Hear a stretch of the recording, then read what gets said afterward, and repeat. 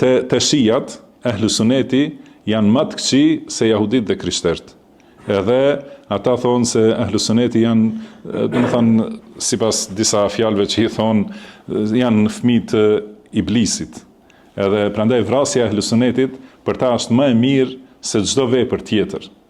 Edhe këta kemi parë praktik. Gjatë gjithë historisë, jo vetëm tash, gjatë gjithë historisë Rafidit vetëm kanë qenë tradhtar dhe e kanë sjell armikun mesin e muslimanëve.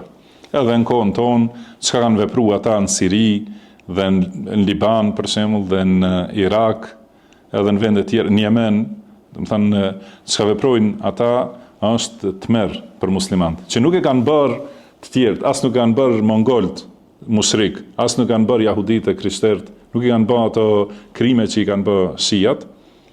Edhe pastaj vinë njerëz që i thonë vetes hoxhallar, që thonë se duhet të kemi mendim të mirë për ata, se edhe ata falen drejtim të Mekës e kështu. Do të thonë ata janë fjalë të kota që vinë nga njerëz që nuk kanë asnjë grimc të mendjes dhe mençurisë. Ose janë njerëz të tradhtar që mundohen të na manipulojnë dhe të na tradhtojnë, ose janë me të vërtetë njerëz të çmendur që nuk kanë asnjë grimc të mendjes dhe mençurisë. Do të thënë që nuk e kuptojnë se në çka ndërtohet veprimtaria e atyre, edhe secilit njeri ndërtohet në besimin dhe ideologjinë që e ka.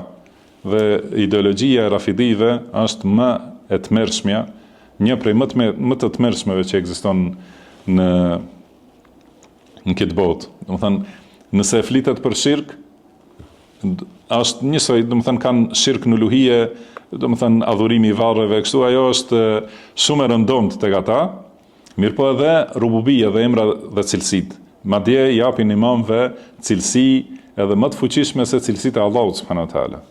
Thotë shirku i tyre është, prandaj nuk mund të themi se kemi ndonjë popull tjetër që bëjnë shirk dhe këta janë më të mirë se janë musliman.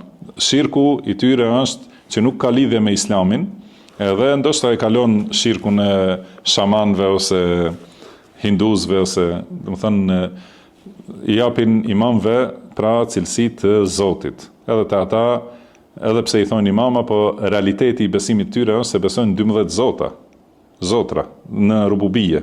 Mos flasim për uluhije dhe të tjerat. Edhe kurse të tjerat, do të thënë, fjalë që i flasin për sahabet, për Kuranin, se thonë nuk është ky Kurani që i ka zbritur pejgamberit sallallahu alajhi wasallam, se sahabet e kanë shkru, e kanë mbledh, edhe kanë thonë se ata e kanë ndryshuar, do të thënë sahabet e kanë shtrembu Kuranin.